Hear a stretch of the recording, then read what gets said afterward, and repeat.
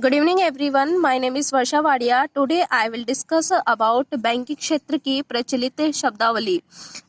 सबसे फर्स्ट हमारा है बैंक रेट। बैंक रेट क्या होती है? जिस सामान्य दर पर रिजर्व बैंक के द्वारा वाणिज्य बैंकों को पैसा उधार देता है तो बैंक दर कहलाती है। रिजर्व बैंक के द्वारा साख नियंत्रण क्रेडिट कंट्रोल किया जाता है। इसका मतलब यह है कि एक जनरल रेट होती है जो रिजर्व बैंक के द्वारा जो वाणिज्य बैंकों को पैसा उधार देता है। मतलब रिजर्व बैंक है ना, वह वाणिज्य बैंकों को जो पैसा उधार देता है तो वह हमारी बैंक दर कहलाती है। और बैंक के द्वारा जो साख नियंत्रण यानी कि साख नियंत्रण तथा क्रेडिट कंट्रोल किया जाता है। दूसरा हमारा है रेपो दर। तो रेपो दर का मतलब है कम समय के लिए जिस दर पर कॉमर्शियल बैंक रिजर्व बैंक से नगद ऋण लेते हैं तो उसे हम रेपो दर कहते हैं। रिवर्स रेपो दर अल्पकाल के लिए रिजर्व बैंक के द्वारा कॉमर्शियल बैंकों से जिस ब्याज दर पर नकदी प्राप्त की जाती है तो वह रिवर्स रेपो दर कहलाती है। बाजार में मुद्रा की आपूर्ति बढ़ जाती है तो उसमें कमी लाने के लिए रिजर्व बैंक के द्वारा बड़ी ब्याज दरों पर कॉमर्शियल बैंकों को अल्प अवधि के लिए नकदी तथा रिजर्व में जमा करने हेतु प्रोत्साहित किया जाता है। बचत बैंक दर। बचत बैंक दर बैंक ग्राहकों की छोटी छोटी बचतों पर बैंक के द्वारा दी जाने वाली ब्याज दर को बचत बैंक दर कहते हैं। इसका मतलब यह है कि ग्राहकों के द्वारा बैंकों में उनकी राशियों को जमा किया जाता है। ग्राहक छोटी छोटी वस्तुओं को बैंक में जमा करते हैं और उसके बदले जो बैंक जो ब्याज दर दी जाती है, ग्राहकों को उनकी वस्तुओं पर जो ब्याज दर दी जाती है उसे हम बचत बैंक दर कहते हैं।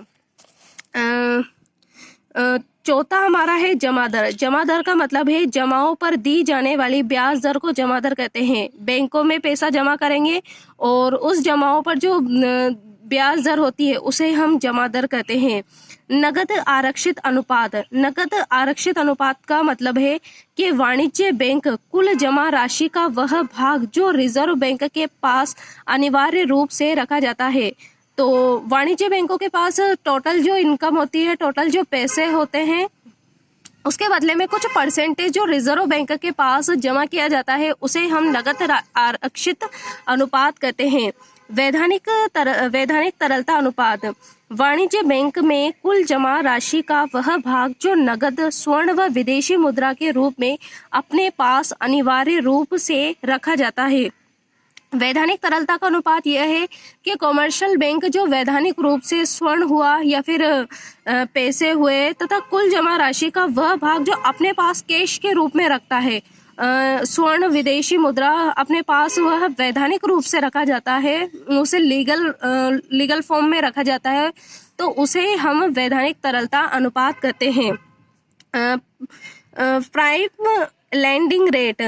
प्राइम लैंडिंग रेट जिस पर बैंक उस ग्राहक को ऋण देता है जिसकी जोखिम शून्य होती है।